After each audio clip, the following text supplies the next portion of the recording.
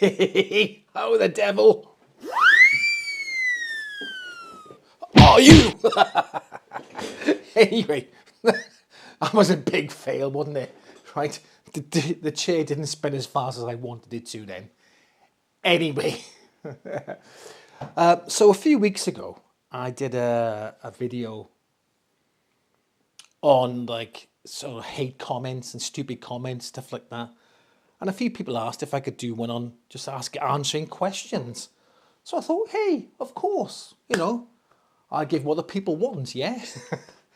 So today what I thought I'd do is try and find a few questions that has been asked in the comment section of my videos and try and answer them as best I can. And I do stipulate or do, as best as I can. Right, let's start with the first one. Oh, right, let's have a look. There we go, let's have a look. Nice easy one to start off. Does the T9 Pro, the AIMA T9 Pro, hold the remote settings once off? Yes! So yeah, when I turned it off, put it into standby, switched it off with the plug, when I turned it back on, the settings were still there. So no problem there. Easy one to start. Whew. Okay, what's the next one? Right, this comment comes from when I changed the stylus, I think, or cartridge on my Audio Technica turntable. And so this person says, so from what I understand, you can just buy the different color stylists.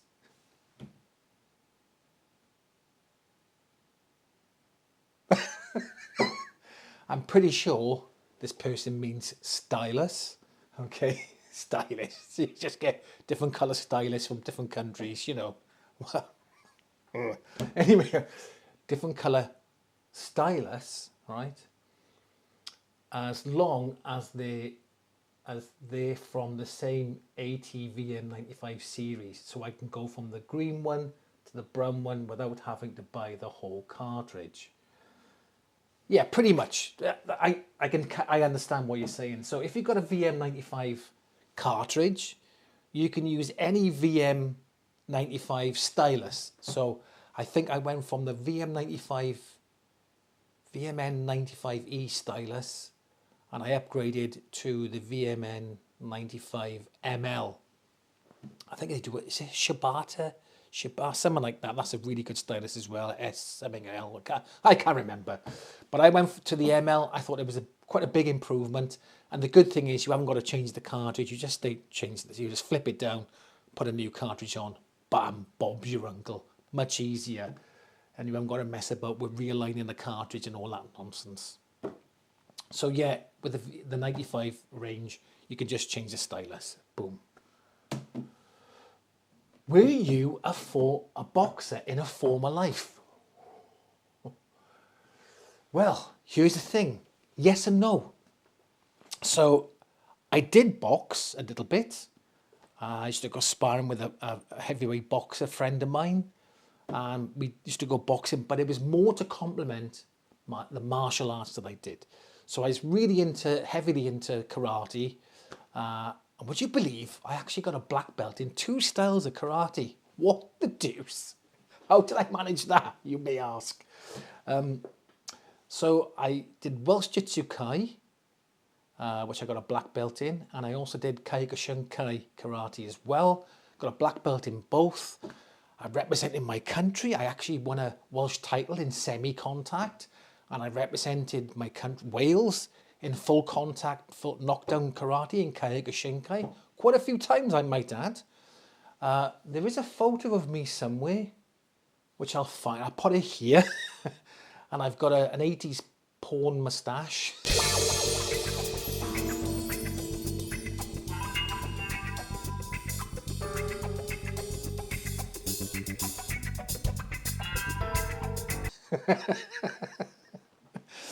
But I think it was in the 90s that was. But anyway, where I got into the Welsh squad, I'll put a picture up here somewhere, you'll see it. Don't take the mick, all right? Yay, I do karate on you. Whoa! Yeah, and the reason why I did a bit of boxing was simply because you know, these martial arts films portray the 1 inch punch and all that nonsense, right? You know, even the guys who go, oh yeah, and the guy falls over on the floor. It's all bullshit. So if you want to learn how to punch properly, learn how to box, okay? Because, you know, as much as you can do all this karate thing like that, I think some of the hardest punchers are boxers. They know how to punch. So that's why I did boxing, to complement my karate, especially in full contact knockdown, where a lot of the times you were in close contact and you were doing, you know, punch into the body and whatever. You couldn't punch to the face in knockdown fighting, but you could punch to the body, so you needed to have a good punch. So that's why I did a bit of boxing. Anyway, so yeah, kind of I did. Right. Oh, this is one, I think, talking about, so I did a video on the Weem Ultra, and I think the guy's asking, can I use coax for streamer to my DAC, run the DAC to audio in, then out to amp? Now I think I get what this means. So basically, so the Weem Ultras will probably have a decent enough DAC in there. I haven't got one yet. It's not coming out till July, so I don't know. So it'll probably have a decent enough DAC for most people. But if you want to improve that sound and you want to use an external DAC, then you can. You can run a coax from the Weem Ultra out to whatever DAC you want to use it to. And then from that DAC, then you can run either balanced, if you've got balanced on your amp, or unbalanced. You can get RCAs out into the back of your amp and out to your speakers. I think that's what he's getting at. So yes, you can. Okay, that's no problem. Didn't you review the Marantz NR1200? How's it compare? Now this comment was on a video where I reviewed the Yamaha AS501 amplifier. So how does it compare to the Marantz NR1200? Well, they're kind of a different animal, aren't they, really? So one's an AV receiver, only a 2-channel. So the Marantz 1200 is an AV 2-channel receiver, whereas the Yamaha's just a dedicated integrated amp. So in terms of connectivity and you know, sources and stuff like that, then the Marantz, if that's what you're looking for, the Marantz 1200 has. It's a network receiver. It has HDMI inputs, you know, whereas the Yamaha AS500, it's got some digital inputs. You've got coax and I think optical as well. There's no HDMI on it. So with regards to connectivity and stuff like that and functionality, then the NR1200 is something. If that's what you're looking for, get to my point in a minute. If that's what you're looking for, then the NR1200 is what you need. When it comes to sound, I would say that the Yamaha AS501 is better sounding. Simply because it's just more well-rounded. It's a bit of a richer sound. Sometimes the NR1200 could sound a little bit harsh, I think, in the mid-range. I didn't mind the sound. I thought it was pretty good on the NR1200. But if I had to pick one over the other with sound, then the Yamaha for me, AS501, would be the one with better sound. So, but the Marantz NR1200 is going for about, I think 370 quid on eBay at the moment, which is a bargain for what it is. It's pretty good. But I think the AS501 now, they've put the price up on them. I think they're around about 500 quid in the UK, around about there. So you could get the Yamaha AS501 and put a Weem on it, and then you'd have your streamer. I think, is it if you get the Weem Ultra preamp, when it comes out in July, you could get that. But that's another 300 quid. So you're looking at 800 quid all in. I don't know. So there we are. But I'm sure there are other options to get a preamp with a HDMI on it. You could connect to the Yamaha, but there we go. Anyway, yeah. I have the MS650 with sub and rears. Now this guy's talking about the MS the MS650 soundbar, Samsung soundbar, and he's got the sub and the rears. Now that's a decent setup. That is not bad at all. Now I have the MS650, just the soundbar itself, okay?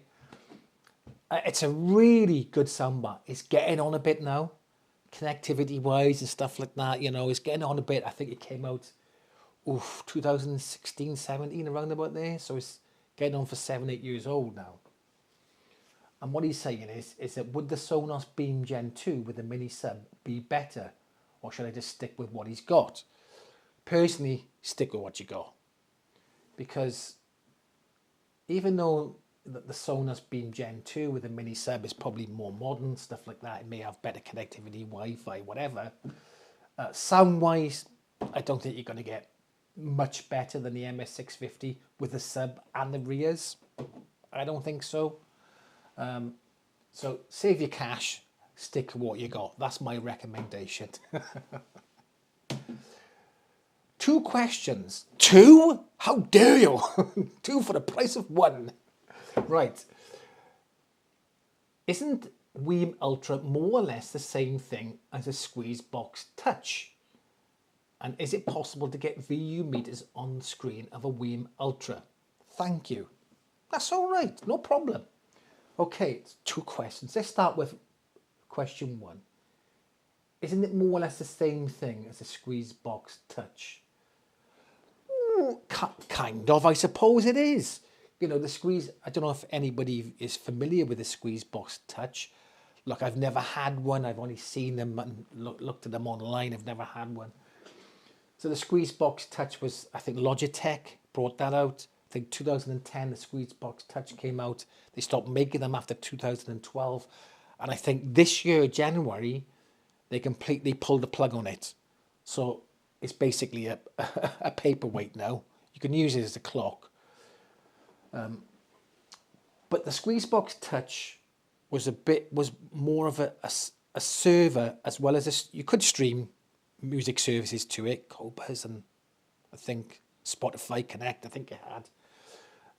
But the Weem Ultra is a bit more, it's got a lot more services you can stream to it. The Weem Ultra has a much better interface. Obviously, it's going to have a much better interface now, much more user-friendly, things like that. But the Squeezebox Touch, yeah, it was more of a server where you could get music from your PC and go through the Squeezebox Touch, probably a bit like Plex, I suppose, maybe with movies, I don't know, maybe. Yeah, but the Squeezebox Touch now is gone. The Weem Ultra is a lot better. Squeezebox Touch wasn't cheap either. Flipping heck, it was about £350 to £400 back in 2010. Jesus, quite expensive really for what it was, but a very decent thing. I think Logitech pulled the plug. They were a bit too keen to pull the plug. They should have kept on with that, because I think streaming now has become a big thing. If they had, the Squeezebox Touch Ultra Super right now, they could have done it, but they pulled the plug. There's no more servers going to or anything. It's completely, whatever. And is it possible to get the VU meters on the screen of a Weem Ultra? Because on the Squeezebox Touch, I think you could get VU meters. And we all love a VU meter. Oh, hey, I'll be having a VU meter video coming out probably this weekend. So watch out for that. Who doesn't love a VU meter? Ooh. So I don't think you can get VU meters on the Weem Ultra. Not that I'm aware of. If anybody knows different, please let me know in the comment section. I don't think so. But Weem are very good at listening to their customers. So they may put an update on if enough people ask for it. Possibly. I don't know. But I don't think that you can get VU meters on it. But I may be wrong. I don't know. Let me know. When I get one in July, we'll have a look then. Is that the last one? Oh, no. Here we are. Who still uses cassette tapes and why? What do you mean, who still uses cassette tapes? What? How dare you, sir? No, I think this is a bit tongue-in-cheek, this comment. It's fine, The older boulderer. Aren't he the older boulderer? So, who still uses cassette tapes? Well, quite a few people. Probably people my age now, I don't know, 50 plus, there may be some, you know, youngsters, whatever. But, you know, but why do people do other stuff? Why do people buy 30-year-old cars and do them up, 40-year-old cars and do them up, when they can buy a new car, which would be a lot better, a lot cheaper on fuel, and would probably cost the same, if not less money, than doing up an old car from like 1980 odd, a Ford Escort or something, right? It's because they enjoy the journey. That's what it's about, right? So for me, for instance, right, a lot of people may find that getting when you want to record a tape, you wind it forward to that little bit, so you're just on the right part of the tape, then you put it in and you check your record levels, and you go, oh, that's right now, it's plus 5 dB, 3 dB, whatever. You set all your levels there, and then you press record and whatever. A lot of people think, what a pain in the arse that is. But for me, it's not a pain in the arse. That's part of the enjoyment of it. Okay, like buying a vintage car. Okay, that's the whole point with vintage equipment and all things. Because for me, it's not just about the music I listen to. It's about the formats it was on, the media that it was on. I love all these different formats and getting to know them and getting to use them. That's part of the fun for me. So there we are. So people still use cassette tapes, and that's the reason why. Is that the last one? And there you go. Anyway, so if you like this type of content, let me know in the comments and I can do some in the future. That's come to the end of the video. Thanks so much for watching if you got this far, and I'll catch you in the next one.